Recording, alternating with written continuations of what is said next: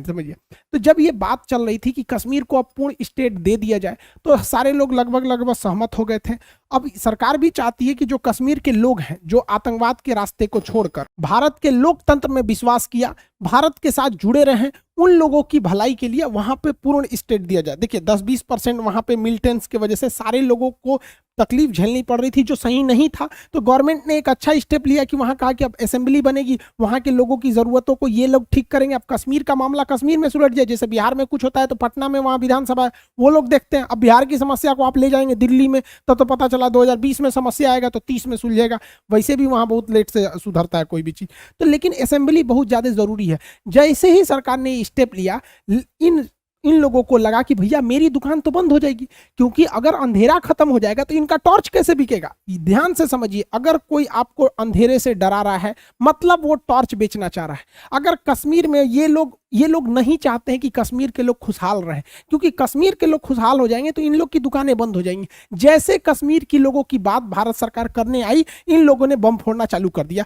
कश्मीर में वापस खुशहाली आने वाली थी तो कश्मीर के जम्मू एयरबेस पे इन लोगों ने एक चाइना में जो शादी ब्याह में जो घूमता है ना ड्रोन, इससे बम फोड़ दिया। हालांकि 2 सैनिक इंजर्ड हुए थे, बहुत ज्यादा क्षति नहीं हुआ था, लेकिन भारत के लिए सिक्योरिटी कंसर्न था।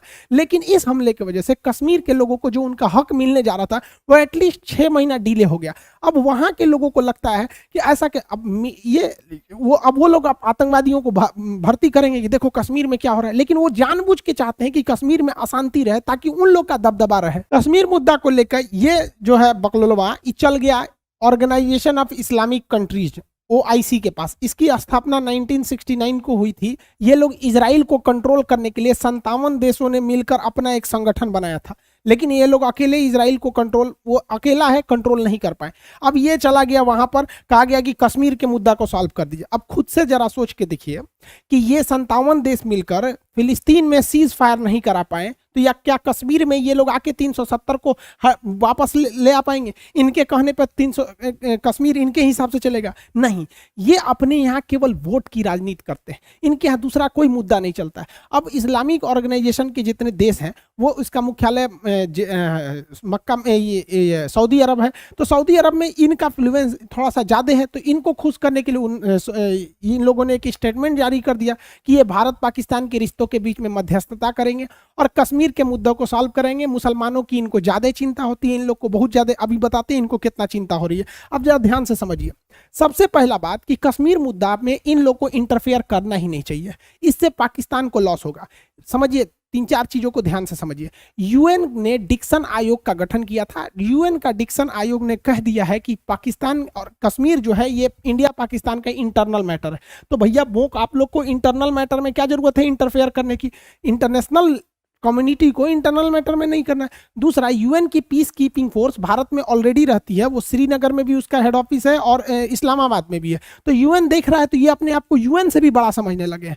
और पाकिस्तान ने 1972 में जब वो ये बांग्लादेश हार गया था, पाकिस्तान कहता है कि हम कश्मीर वापस लेंगे। अरे बैल कहीं का, तुम्हारा बांग्लादेश चल गया, पूर्वी पाकिस्तान तुम्हारा ही था, चला गया। तो जब हम लोगों ने उसके 93,000 फौज को पकड़ लिए थे, ये लोग गजवाई हिंद करेंगे लोग, साले ये लोग अभी भारत को जीतेंगे। 93,000 फौज को हम लोग मार उसको गाय गोरू की तरह बांध के रखे थे लोग। तो जुल्फिकार अली भुट्टो के साथ समझौता हुआ शिमला एग्रीमेंट, जिसमें कहा गया कि हम आपके 93,000 फौज को छोड़ेंगे एक ही शर्त पे कि आप कभी भी कश्मीर मुद्दे को इंटरनेशनल लेवल पे न ले जाके बायलैटरल यानी द्विपक्षीय सुलझाएंगे। तो इसका मतलब ये शिमला समझौता का उल्लंघन है। तो शिमला समझौता में ही कहा गया था कि हम लोग की जो बाउंड्री बनाई गई है, एक्चुअल कंट्रोल अभी तत्काल के लिए यही है। तो अगर आप इसको इंटरनेशनली उछालेंगे तो हम लोग इधर घुस जाएंगे। इसका मतलब पाकिस्तान न्योता दे रहा है कि हम शिमला समझौता तोड़ेंगे, इसे इंटरनेशनल मुद्दा पे ले जाके, तो आप ये बॉर्डर तोड़ के घुस जाइएगा अंदर। तो भारत के लिए क्या दिक्कत है? हम लोग तो इंतजार में बैठे हैं।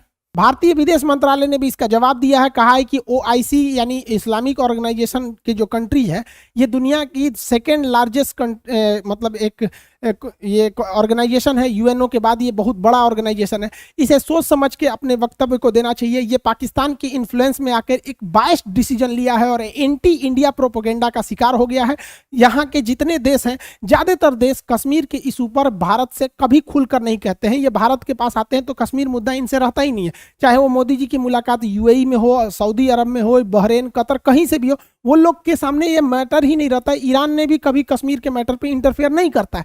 तो इन लोगों ने स्पष्ट कह दिया, और इन्होंने भी कह दिया कि आपके कहने न कहने से कश्मीर में कुछ नहीं हो सकता है, कश्मीर में वही होगा जो भारत की संसद चाहेगी। और इस्लामिक ऑर्गेनाइजेशन और इस छर्रे को समझाने के लिए एक बात बता देते हैं कि भारत में पूरी दुनिया के 10% मुस्लिम रहते हैं और बहुत खुशहाल ढंग से रहते हैं। भारत में 14% मुस्लिम रहते हैं, जो संख्या में देखेंगे तो लगभग 20 करोड़ हो जाते हैं। इसके यहाँ 21 करोड़ मुस्लिम रहते हैं और भारत में 20 करोड़ मुस्लिम रहते हैं। हद बेवकूफी देखिए, दुनिया का ऐसा कोई पागल देश नहीं होगा जो अपने देश की जनसंख्या के बराबर किसी दूसरे देश की जनसंख्या का बोझ ले कि हम भी इनका ख्याल रखेंगे। तुम क्या ख्याल रखोगे रे बैल कहीं का।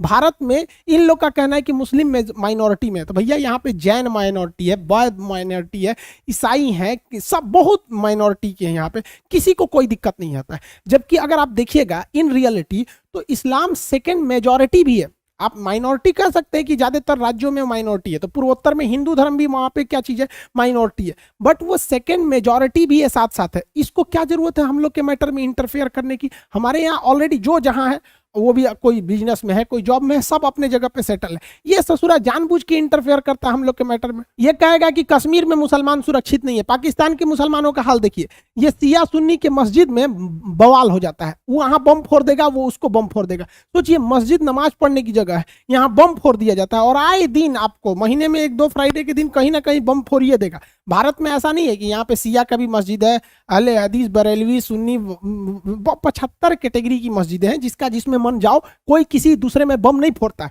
ये हमारे देश की संस्कृति है। और ये वो लोग कहते हैं कि जिनके यहाँ सुरक्षित है मस्जिद, यहाँ पर देखिए इस बच्चे को क्या दोष है। इस छोटे से बच्चे पे बड़ा दया आती है।